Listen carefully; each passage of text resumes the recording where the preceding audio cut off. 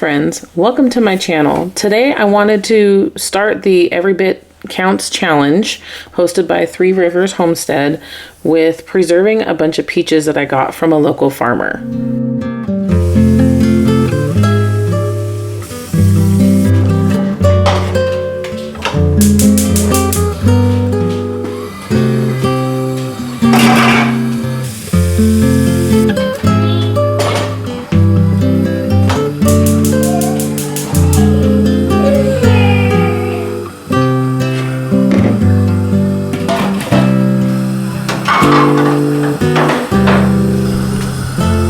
So the first thing that I'm planning to do today is to can as many of these peaches as I can, which is a double batch. So that's about 7 per water bath canner.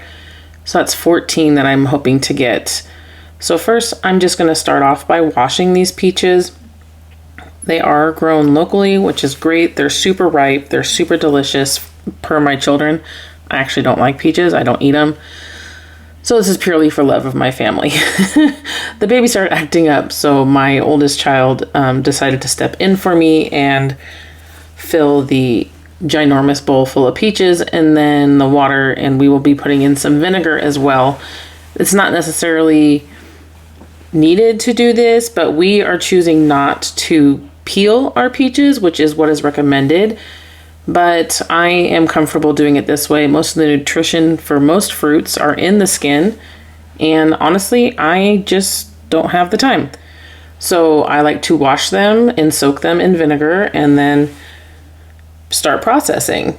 So here, this is actually what was considered an apple core, and it works really well for peaches, as you can see. And thankfully, my daughter is willing to pitch in and make this a assembly line, so to speak, and this went pretty fast.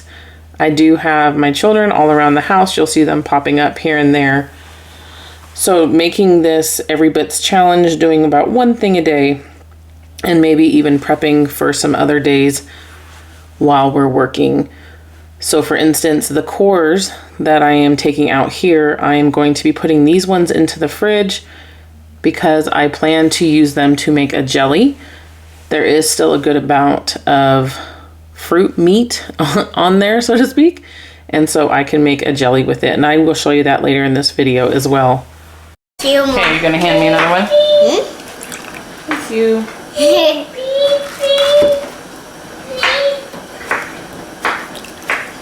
Oh, you didn't hand it to me, did you? You got one ready for me? Yeah, it's water. I love playing water. Yeah, all of my children do. For the water bath canning, I did heat up more water than I would need because I plan on using the heated water to hot pack my fruit. I'm choosing not to do a syrup because I really prefer to not use sugar where it is not absolutely necessary, and in this case it is not necessary, but hot packing is required because of that. So I have been boiling this water, and once I am done filling the jars, I will be pouring that water over, as you will see shortly. And it is a fairly quick process. So someone like me with my children running around, it is a fairly simple thing to accomplish. Having the challenge to preserve something each day is what gets me going. I really, really love this challenge because for someone like me to try and fit this in is not always easy, but again, it's a challenge and I like a challenge. And as you'll see throughout this video, like I said earlier, my kids really do pitch in, or their idea of pitching in, as you will see shortly. But I did wash all of the lids and the rings, and now I'm just putting them into the water bath canner. And I will be doing the same thing for the second canner. I'm just not going to show you. Pretty redundant. I don't think you need to see that. But for me, I am processing these for 30 minutes in the water bath per the ball book, with my elevation and the fact that they are quart jars. And you'll notice I had too much water left over, so because you only want about 1 inch over but when it really starts to rapid boil, it spills out, and even that was still too much, but I still needed it over the lids.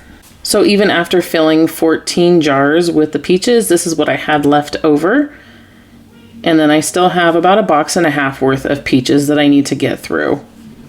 I really enjoy canning. It is very satisfying, especially from a homesteader's point of view, somebody who wants to be self-sustainable and always have food that is sustainably sourced, and you know the ingredients that are in what you are cooking with or giving your children.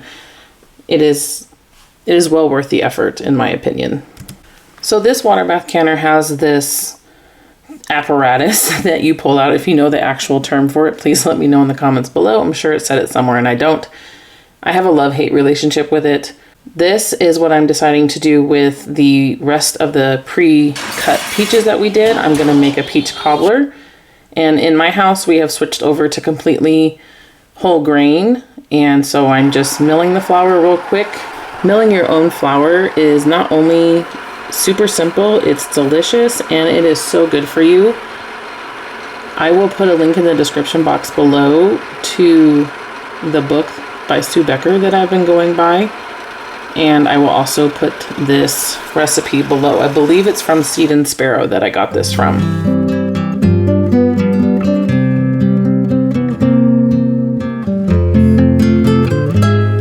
It's essentially just flour, baking powder, salt, sugar, and you'll notice here I ran out of the coconut sugar, so I will be adding in just regular cane sugar, and then milk and the butter. So it's really, really simple, and I always love recipes like that.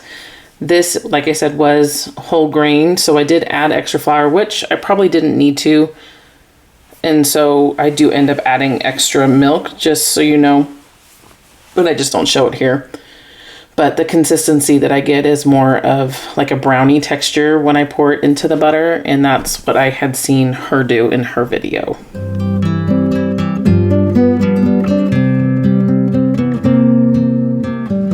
Oh yes, and the lemon. She said about 1/2 lemon. I decided to use a whole lemon because I was using a little bit more than she had said for the fruit anyways. I believe she had used blueberries. So I used a whole lemon. I don't think you can really do wrong with too much lemon, in my opinion. I absolutely love it. Everyone in my family loves it. They want to eat it by itself. Don't ask me why. But so the butter is melting in the oven. And once it is fully melted, I will take it out and pour the batter into it. And then I will be adding the peaches on top. And just a side note, when you are pouring in the peaches, you're going to definitely want to make sure that it does not splatter, because that butter is hot. So you will notice that I'm very carefully trying to put it in there, and I highly, highly suggest you do the same with whatever kind of fruit you do if you choose to do this recipe.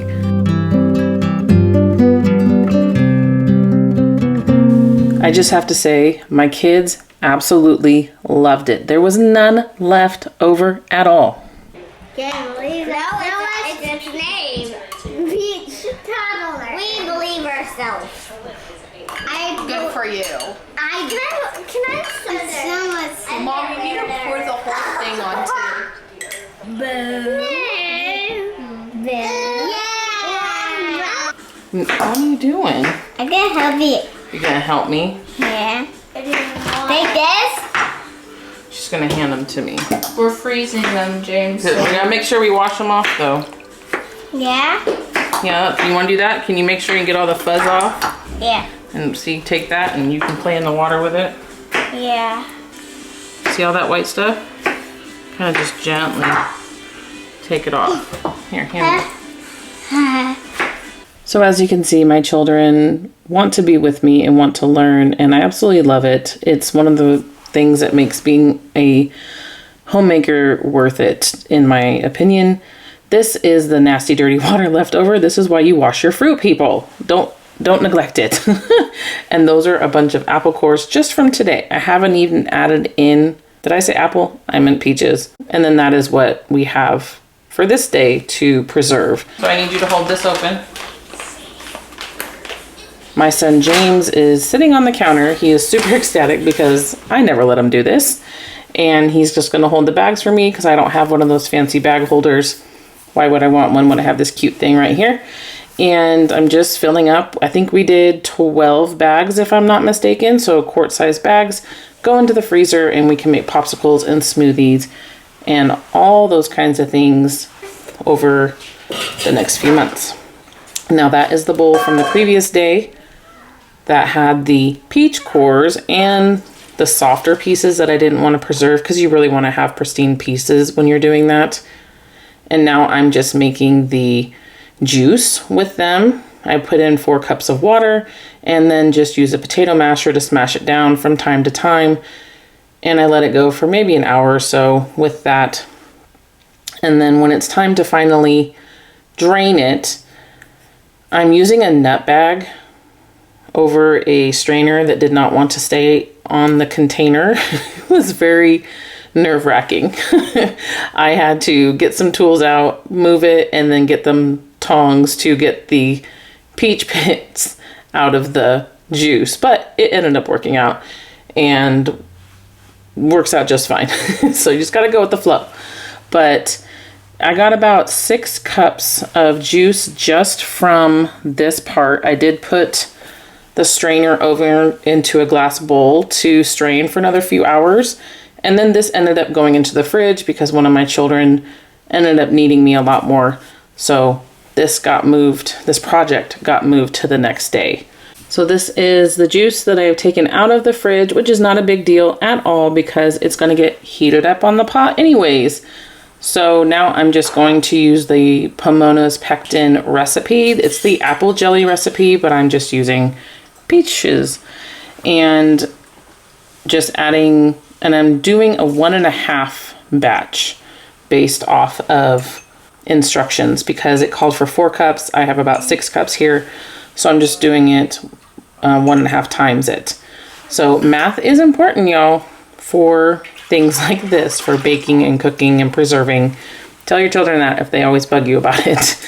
And if you haven't heard of Pomona's Pectin, it is a way to use less sugar or even no sugar in some of the recipes. You can use things like maple syrup or honey in certain recipes, but it just allows it to gel based off of the calcium water and the pectin that is included together in this.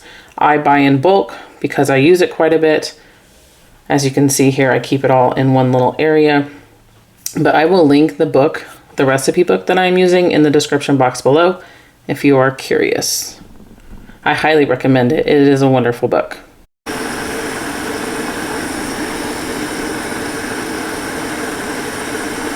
I am not a fan of heat, so putting things into scorching, into boiling, things like this is very uncomfortable for me.